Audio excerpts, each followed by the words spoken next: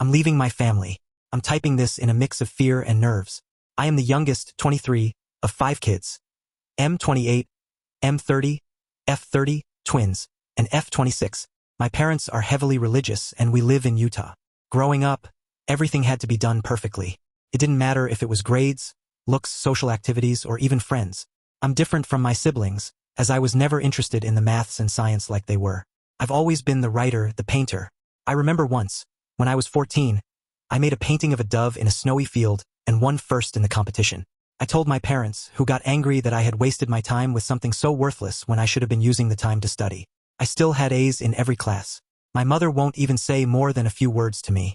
She always seems like she hates me, and I don't understand. My father burned the painting to remind me of what was truly important before taking all of my art supplies until I showed more responsibility with my time. It's been like this as long as I can remember. I work full-time and have since I was 15 at McDonald's, saving every bit of money I could. My father took half my checks as tithing to help teach me what being an adult was like. I applied to several colleges but was told by my parents that they would not be helping me with tuition, as they did for my siblings, because they thought sending me to college would just be a waste of money. So I got angry. I am so tired of being the black sheep just because I like the arts more than maths and science. And then I heard them talking when I got up in the middle of the night about the perfect man they'd found who was willing to take me in through our church. I am terrified, and so I'm leaving. I've got some money saved up, a good amount, and I'm leaving the country. I found a job that lets me work remotely doing freelance design work, and I've had my passport since I was a kid because of our family vacations overseas. I'm taking nothing other than a change of clothes, my laptop, and important documents I took out of my father's office. I booked a flight that leaves in 5 hours, and I'm never coming back. I'm not even going to take my phone since I need to get a new number anyway. My best friend, God bless her, has been the one booking things and getting everything ready since I couldn't tip off my parents. She's also smuggled some of my more important things I can't take to hold on to for me. She's parking down the street, and I'll leave with my smallest suitcase to meet her. I don't know how they'll take this. I'm terrified they'll find a way to drag me back or track me down. They went to bed over an hour ago, but I'm too anxious to sleep. I don't know if I'll have any updates, but I just hope they don't stop me. Update 2. I'm leaving. Posted on August 10th, 2023. Wow, so much has been happening lately that it's kept my head on a swivel constantly. I'll start with the good part of the update before moving on to the less happy bits. So, I was advised to remove the location destination from my post. So all I will say is that I'm in South Africa right now, and it's amazing. The food is astonishing, and a poster here messaged me to recommend that I try bunny chow, which is actual authentic curry in a bread bowl. It was phenomenal. I got to chatting with one of the hotel staff. She's about my age and we really hit it off. She went with me to a local shopping center to get some new and better clothes. At least I'm used to wearing dresses, so that doesn't faze me, and they're very lightweight and breathable, unlike a lot of US dress fabrics. She also told me to always shake out my shoes every morning, just in case. I've started apartment hunting, and it's well within my budget, like super low compared to how sky-high it is in the US. It's honestly jaw-dropping, like $81 for a studio apartment with a loft and kitchenette. So yeah, housing won't be an issue, and it is a bit odd to be house shopping for myself when I've always lived with my parents. Now, on to the less pleasant bits. I finally opened the emails, deciding it was best to probably get it over with. My father's email was filled with anger. There is no other way to put it. He said that by taking off irresponsibly like I did, I cost them the friendship of someone they'd planned on introducing to me. He never admitted that it was the 53-year-old they basically sold me to. Father stated that because of the social relations that had been damaged and impacted by my actions, I owe them approximately $85,000 in reparations. He also claims that he will be taking me to court if I don't pay it in full within 30 days and return home, as I obviously cannot be trusted. I plan to ignore that, as I believe him to be bluffing. He ended his email/rant with, "You belong to me, and I won't tolerate such defiance when we put a roof over your head and taken care of you for your entire life. You were never the child we expected. It's time you make up for your deficiencies. I expect you home within the next 2 weeks." Yeah, no. My siblings were basically copies of my father's email, admonishing me for throwing the efforts of our parents in their faces before running off like a coward unwilling to face the fallout of my actions. I skimmed them, honestly, before just deleting them. There's nothing I didn't expect. However, my sister-in-law, she's married to my eldest brother, sent her own email before asking me not to reply, as she would be deleting every sign she sent it from her end. She congratulated me on stepping out on my own and getting away from my parents and their demands. She said that she herself hadn't been strong-willed enough to stand up to her parents when they basically betrothed her to my brother, which makes sense as I remember that they met and married within 6 months, and even then, I thought that was a bit strange. She pleaded with me not to return and not to reply. That was it. It was a bit unnerving, honestly, as I do believe her, and I'm sad that she is stuck the way she is. The last email was from my best friend. She said that the morning after I flew out, my parents had been on their doorstep demanding to see me. Apparently, they believed I was hiding with her. They refused to leave, screaming for me to stop pretending I wasn't there.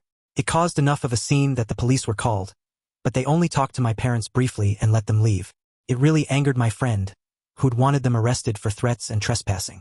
The police only claimed that there wasn't a pattern of behavior that would warrant them being arrested and charged before just leaving. She didn't know when they realized I wasn't there at her house, but they didn't come back, thankfully. However, word has spread of me fleeing the safety of my parents' home and how they wanted me to return, as they were concerned and fearful of what may happen with me out on the streets alone. The church ward has actually done searches of the area trying to find me. I don't know what they'll do from here, but they have no idea I left the country, let alone the state. My friend has no plans to say anything, and neither do I. As far as I'm concerned right now, they can live with that state of wondering for the rest of eternity. I don't think I will renounce my U.S. citizenship, as there may come a day when I need it, and it's better to be safe than sorry. But I have full plans to gain dual citizenship as soon as I am able to. That's it for now. No other parts yet, but if anything changes, I'll let you know. I want to thank you all for your comments and private messages. It feels like I've got friends and family on my side, and I cannot tell you how much that means to me. Truly thank you, all of you. Update 3. Posted on August 11, 2023. So much advice and support from everyone. I cannot thank you all enough. I thought with all the comments and questions, I'd answer here and explain what's happened since my last post. Ironically, my use of maths instead of just math comes from my mother, who was British and met my father in England when they were 22. So I do come by it naturally, and my siblings say it that way as well. Thank you for drawing my attention to the TT videos broadcasting my story. Why they changed the name, I don't know. I did report them, but we'll have to see if they ever pull the videos down or at least edit them. Second, people questioned why I chose South Africa and Johannesburg of all places because of how dangerous it can be. I do understand the risks, but there is nowhere on this planet that is inherently danger-free. Africa is massive and incredibly diverse. Finding someone would be very difficult. And because those videos got so much attention, I have left Johannesburg, sadly. I'm very far though, obviously still in Africa. The area I'm in now is incredibly safe and came highly recommended by several people. Settling here will be very comfortable, and the people are wonderful. I may even attend the university here and get a degree. I haven't replied to the emails, but I have saved them and printed copies, laminating them just in case. I will not be renouncing my U.S. citizenship, and my passport is good for another 8 years. I don't hate religion regardless of what it is. In my eyes, a person's relationship with God is incredibly personal. If a person connects with him via camping, walks, long drives, listening to music, or acts of service, that's their choice and it's just as valid in my opinion as sitting in a pew. Possibly more, as they're honest with themselves instead of just putting on a false facade for the public eye. I plan on ignoring any further emails from my family other than printing them out, just in case. They've made several phone calls to my friend, who said she had fun with them the first time. When my father called yelling that I hand her over, she pretended to be cowed and gave him my location. Took him to a strip club. He came back screaming at how she had embarrassed him. She just hung up on him, honestly. She did that each time they called, giving a different location each time. Her favorite was sending my parents to a nudist retreat. My mother passed out, apparently. My friend is looking to move and eventually plans to join me but will jump around a bit so that they don't follow her to me. I did finally read my uncle's email, but it was just a copy of my father's with the added comment that he and his fellow cops would be looking for me to bring me home safe before I got myself in trouble and hurt. I am being watchful, and I know better than to wander into dark alleyways and abandoned places. That's all I've got for now. If anything changes, I'll let you all know. It's heartwarming seeing and reading how many people are on my side and in my corner. I've actually begun printing out everyone's messages and comments to put in a binder I can look back on later. Truly thank you all. I mean it. Update 4. Posted on August 26, 2023. Hello everyone. It's been a while since my last update, and a few things have happened that I was told by my friend that I needed to share since everyone was still clearly rooting for me. I have settled in a bit here and am now enjoying the fun of paperwork. Oh, so much paperwork. I have secured an apartment, and while it's 2 bedrooms, one is for my friend when she comes to join me. I've made a few acquaintances here locally, and I'm beginning to stand on my own a bit. My biggest challenge has been dealing with feeling uncomfortable because I don't know all of those unspoken rules the way I did in the US. As such, I'm constantly second-guessing myself, but hopefully, that will fade with time. So, family. My family has learned I left the state. How they did, I'm not sure. They do, however, seem convinced that I am still in the continental US. My friend works as a cartoonist, and while she doesn't make a large amount of money, she makes more than enough to live comfortably. She's getting ready to leave herself and decided to send my parents a farewell gift. She didn't tell me about this until just a little bit ago. She spent a few hours carefully drawing my parents as they visited each location she sent them to, including their reactions. All scenes were ended with the phrase, "That's all, folks." Sadly, while I've never seen Looney Tunes, as she named it, she said she portrayed my dad as similar to a coyote. I'm still not 100% sure what that means, but she said everyone else would before then ordering me to watch it. Maybe one day, she should be joining me around October 9th after country hopping several times. All the things she hasn't sold are in a secured storage unit, including the things she's been holding for me. The biggest revelation came after my father had a meltdown.